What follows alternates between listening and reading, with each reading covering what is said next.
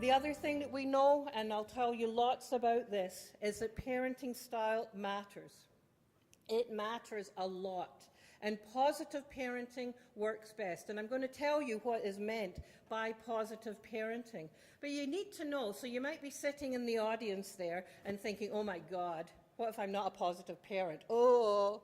Well, the good news there is Canadian studies have shown that families who were negative and punitive in their parenting when their kids were young and changed to a more positive, authoritative parenting, the children's behaviour, which was problematic, changed to be more positive. So the good news story is that you can change the way you parent. The really good news story is that you can change your brain as you're changing your parenting.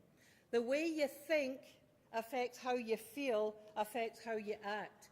And if you start thinking about parenting as, oh my God, the teen years are coming, I better prepare, then you're going to have a certain attitude to what the kids are up to. But if you think, okay, this is a new stage and I need to learn new skills, but relationship and respect are the most important, then you open your eyes to different possibilities. We want to talk about positive parenting. That's also known as authoritative parenting. And, you know, this isn't just the nice psychiatrist saying this is what you should do. It is what you should do. It is what I try and do every single day. It's hard to do every single day. But the science is showing us very, very clearly that when you have a positive parenting approach, then kids do better. They do better in school.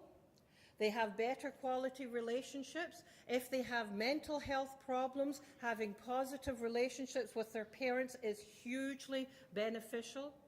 Having positive parenting makes much of a difference. And in fact, some of the US studies show that teens do best when they have solid relationships with your parents. And one of the key journals in medicine, the JAMA, Journal of American Medical Association, states parent connectedness is the single healthiest force in the lives of US teenagers.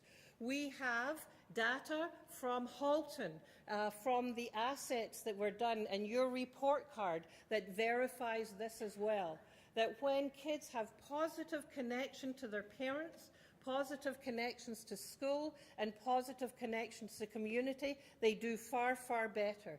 What is it telling us? It's telling us that human connectedness is the most important thing. Finding ways to help meld and mold your child through these times. When you do that with a relational focus, you will do far better. But let's be realistic here. When we talk about positive parenting, we're talking about this triangle of nurture. So nurture by being supportive, warm, and encouraging. Now, I'll tell you, it's pretty difficult to be supportive, warm, and encouraging when your son comes home. I have to figure out which stories I can tell you first. So which stories can I tell you first? So, you know, when there's some major challenge, right? When there's some major challenge, like your kid in grade 6 comes home and the security guard at Dollarama, he and 3 of his buddies have done a little shoplifting. A frickin' lipstick, for God's sake. You know, it's kind of hard to be nurturing, supportive, warm, and encouraging. But you've got an option at that moment to stop and have a conversation. That's not the moment to have it, right? Their stress brain, what I call their porcupine brain, is firing like mad. So you say, okay, chill out, go to your room, we'll talk later. And then when you talk later, you say, so, wow, that must have been a tough situation you were in. What was going on? It's very different than, oh my God, you can't be with those kids anymore. You're not allowed in that store, and you're making them criminals, right? How many of us in this room had a little hot finger experience around grade 6? I'm not saying it's why I became a child psychiatrist, but, you know. But it's a common thing that happens. It's not trivial, but how we deal with that is very, very different. We can say kaboom and go over the deep end, or can realize it was a dumb arse decision, right? So how do we nurture? How do we nurture?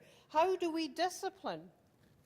How do we discipline? Very important, by teaching how to behave, set and reinforce limits, and monitor behaviour. It's really important that we don't become the big external discipliners of our children. Our goal as parents is for them to internalise what's the right thing to do, what's the wrong thing to do. I'll tell you, nowadays it's much harder when it comes to what's in bounds and what's out of bounds.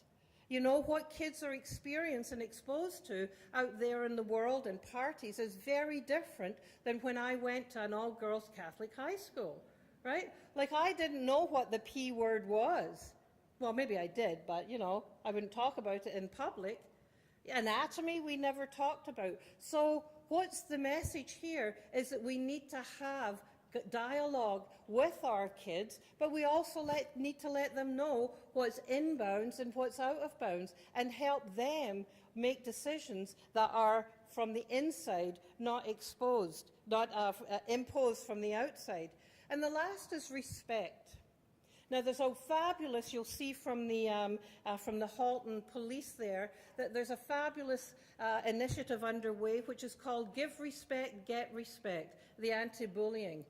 If we were just to have the golden rule, would we treat our children the way that we treat our friends?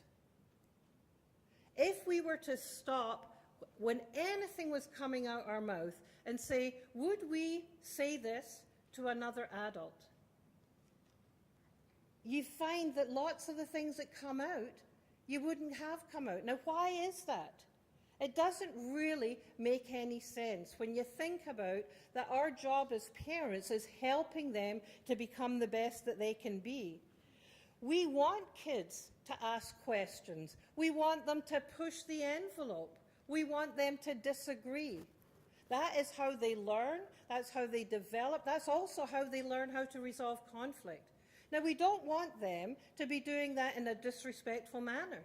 We want to be able to have the dialogue. We need to be able to say, you know, as my daughter comes in and then when she's in grade 6, wants to go to a teen dance. She wants to go to the teen dance. All of the other girls are going to this. And I can say, there's no way you're going, no way. Or I can say, well, convince me.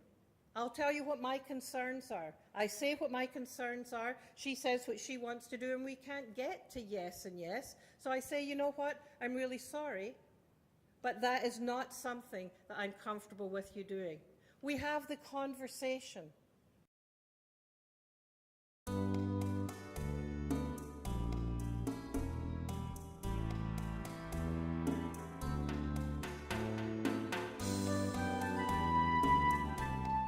But why is it tough?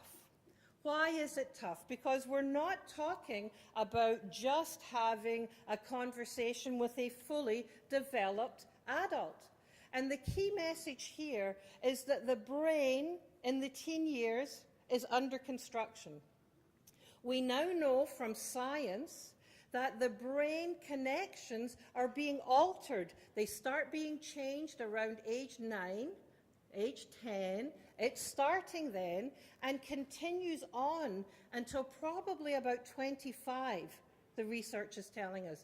Later in guys, sometimes a heck of a lot later in guys. I always have somebody who says afterwards, you know, my husband's 35, and I was just kind of wondering, can he still be under construction? And then, yes, and then somebody says to me, yes, love is what makes you. So I want you to get the concept that the environment, relationships, and experiences literally are changing the brain. So as you are dialoguing with your teen and your preteen, you're showing them ways of interacting. They are learning how to respect and be respected. in their pivotal relationship with you, as they're enjoying lots of activities, doing basketball or swimming or just out in the halls and in the streets playing hockey, that is literally building their brains. If they're in their basement playing Grand Theft Auto or Call of Duty, whatever, that is what is building their brains. So their brains are being literally, physically altered by the experiences they're having. And they're under construction. So we know the brain, the back of the brain gets developed before the front of the brain. And the back of the brain is more physical activities, more learning different strategies. And so we see kids doing skateboarding over and over and over again. You know, have you watched a kid learning how to ollie? You know, so that's making it jump up. They do it over and over. They've got bruises on their shins and all over. If only they would spend that dedication on math. But they don't. Why? Because their brain is under construction. That's what they want to do. When kids get in difficulties, it's because very often that there's a mismatch between their brain under construction in the thrill-seeking and novelty-seeking, big time going on in the teen brain, but later develops, stop, think about it. Is that a good idea? Should you be doing that? So their executive director gets hired later. So they're under construction. They're not doing it on purpose to drive you crazy. And this thrill-seeking and reaching out, thank gosh, they do it. Because we would not be here if the young in the original tribes had not decided to go out and spread their wings and other things. So it's a biological drive, and development has the thinking, stop, think about it brain develops later, and that's where the difficulties come in. So when I was growing up, there were rare occasions. Sometimes I heard that they used to have gatherings in bushes and Bush Park. You know, I've heard about those kind of things as an all-girls cathedral high school. They were rare occasions, but now when kids go to parties, there will be drugs and there will be alcohol. It's there. It's happening. And so rather than asking, were there drugs and alcohol there? We have to give our kids the skills and ability to say no, or always to know that no matter what the situation is, that they can call you and you will come and get them out of that situation. That is so much more an important message for our kids to get in these day and age.